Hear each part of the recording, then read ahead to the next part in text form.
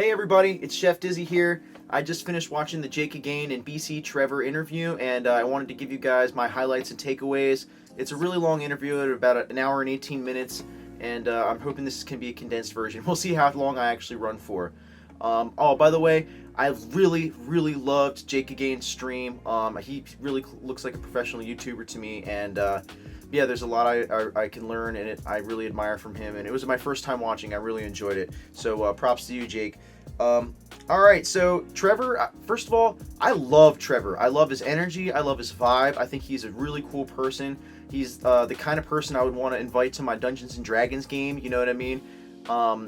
Totally likable. He seems really knowledgeable in game design and game production. And in the beginning of this interview, they kind of talk about his experience with Riot and working on some other projects. But basically, Trevor knows what the fuck he's talking about, and you know, he's exactly the guy that we want over here doing the work.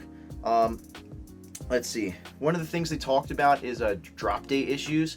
So we have this situation where the game design company or any kind of company, they can do as much testing as they can with the small staff that they have on hand, but it just never comes down to anywhere close to the amount of live testing hours that they get in just a couple of days of being, open to the public. And so, 1 in 10,000 errors may show up, far more frequently when they have all the users on there. And so that's why we have a lot of kind of on the spot drop day adjustments where they take the app offline and put it back on. And anyway, I think those guys are doing a really great job with keeping the improvements constant and clean. And yeah, we'll see how it keeps coming. Let's see here. Yeah, the VeVe verse.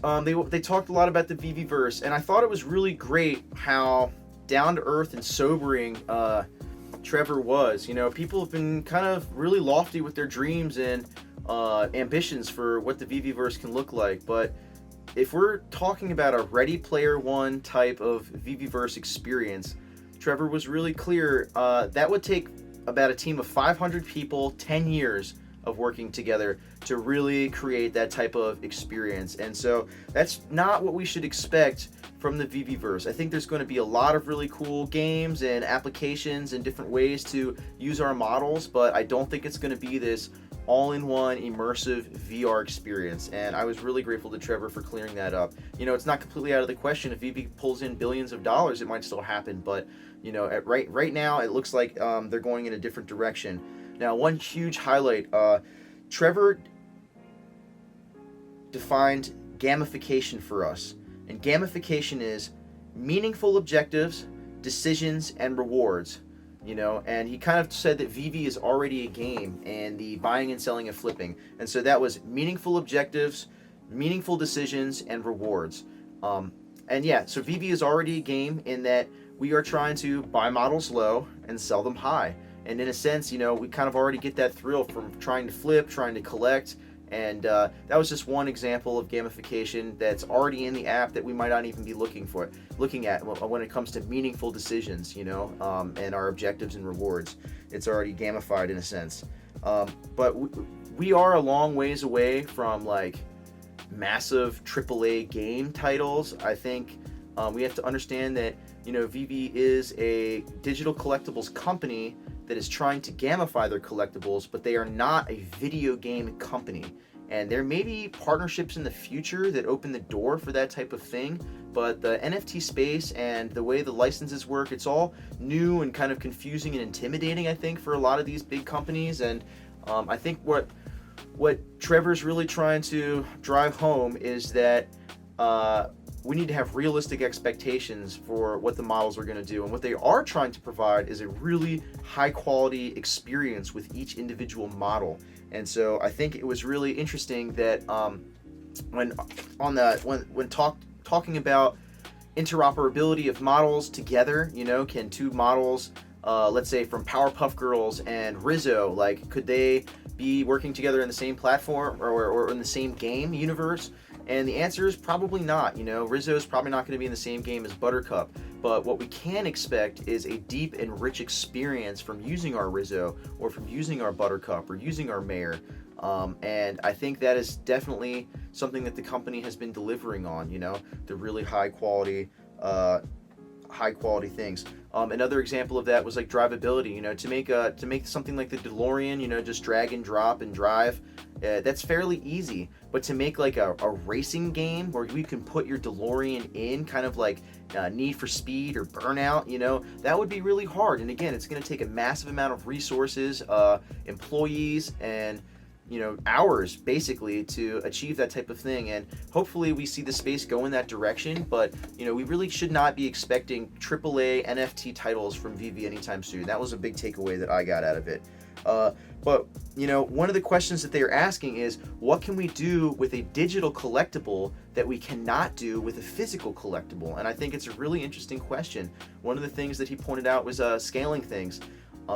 He's really passionate about making the models really beautiful as they scale up in size and down, and so I think that is something that you definitely can't get out of a physical collectible. And I think that the digital collectibles already look way better than a lot of their physical counterparts. If you've ever looked at a Unicorno's physical production, in photograph at least, they look like trash compared to the nice, shiny, beautiful Unicornos that we get on the VeVe app. So yeah, they really want to make life-size, true to detail models that we can look at and interact with in AR. One of the examples and exciting projects that he was talking about was Jurassic Park. Jurassic Park is going to be so dope, cannot wait for it. But basically what they have is the original CGI files for Jurassic Park, and that's what they're working with to make our models. And he explained that the CGI files for the dinosaurs in Jurassic Park are so huge and they have so much data that we could never even process them on our phones. And so it's not exactly what we're going to be getting in the app, but it is what they're working with. And so what they're really striving for is an amazing experience where it's like, yes, that is the Tyrannosaurus Rex from Jurassic Park. I think that's super cool. It was interesting. Trevor actually shared that he is not super bullish on virtual reality and augmented reality kind of taking over in the future. Personally, he saw that there was a lot of barriers technologically wise, and I think like buy-in wise, requiring more expensive VR and AR equipment. But hey, I just heard at GameStop that an Oculus or that some of these VR equipments were as cheap as $160, used. So I still personally think that we may see a huge push towards the augmented reality. But yeah, I'm super bullish. I'm super bullish on the dinosaurs, and the Star Trek was another project that he mentioned that they're working on. They have a lot of people working on their development team trying to get these models super high, and he name dropped a lot of companies that the development team had come from. But I'm just going to name a few: Activision, Ubisoft, Bethesda, BioWare. There was really like far more names that I could mention in the span of 30 seconds, but it was really awesome. And they're working on a lot of IP development. So when it comes to IP development, again, Trevor's interview was extremely in-depth and technical. So if you're really interested in the process of developing these models, of developing games, what he's really doing as far as work over at VeVe goes, it's 100% an interview that you should watch for yourself. Jake did a great job interviewing him, and I think that if you want to get into the deep technical aspects, it's really awesome.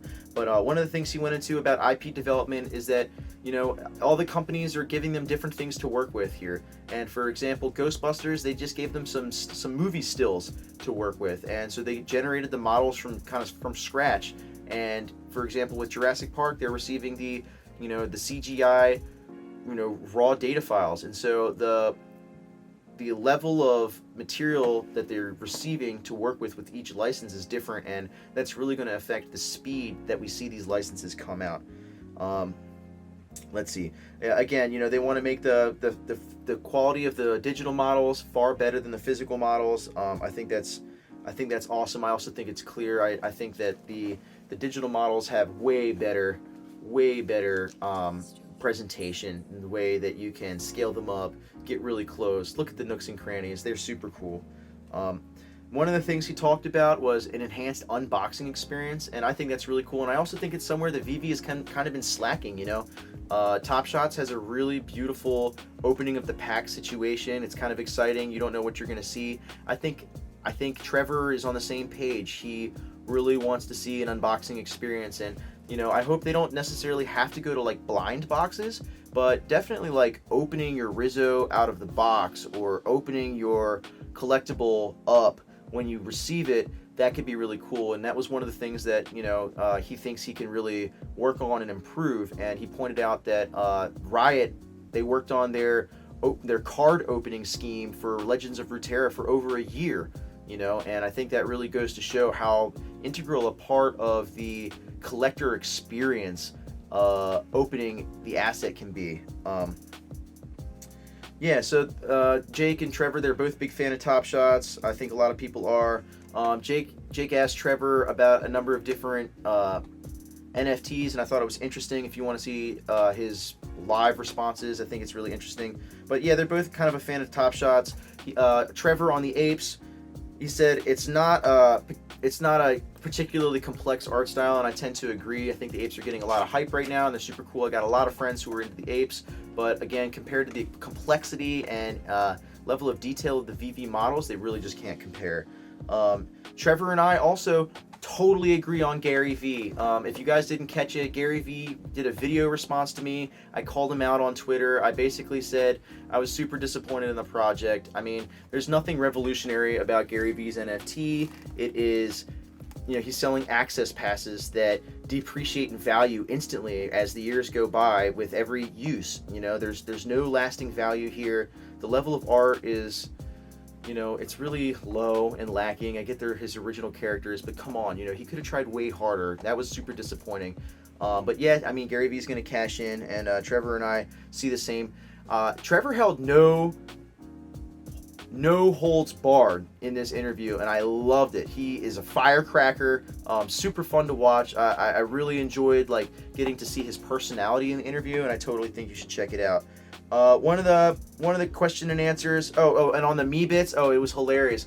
So he basically tore the Meebits apart. He said that Meebits look like a high school project. It would probably take $20,000 in budget to make all 20,000 Meebits, and basically what you have is something that's costs $1 or $2 to make, but is selling for thousands of dollars, and he just thinks that's ridiculous. But also, it's just kind of an example of the ridiculousness of the crypto space and how investors may value scarcity. And so they're all one of ones, and that plays a huge part in the value of the Meebits. It's not all in the exact art. The Q&A, can we make the NFTs fight? And so here's again something where, if we want a fighting game, it's going to take a lot of resources, and it's going to take a lot of time, and they just do not have that right now. I don't think that I'm going to be able to rumble my Harley Quinn with my Donnie anytime soon, and I don't know that we might even see a crossover of that nature, even if it were to happen. Trevor's like, do you want to smash the models together? Trevor, we want to smash the models together. Let me be like a little kid and smash my models together. I want to do it. My son does it with his toys all the time. Let's get some, Gary's Mod Physics. Let's get Gary's Mod Physics in the VeVe showroom so we can just launch these people all over the place. I know you can do it, dude. Make my dreams come true. We don't need a fighting game, but get me Gary's Mod Physics in the showroom. I think that would be amazing. Bigger showrooms are definitely big on Trevor's list of desires and things that he wants to do. He got really excited when asked about bigger showrooms. I thought that was super cool. Let's see.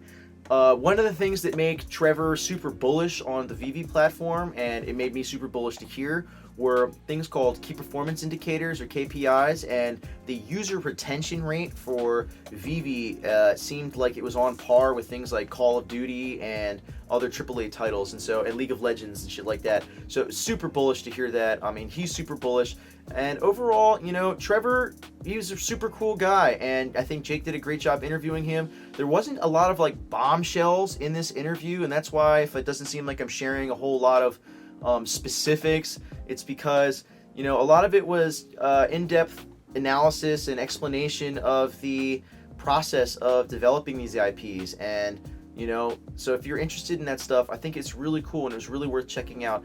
There wasn't a whole lot of new revelatory bombshells, but Trevor was a super cool dude, and I had a really fun time watching this interview. I had a really fun time watching Jake's channel, and I'm really gonna be sure to tune in again soon. And yeah, that's everything. Catch you later, folks.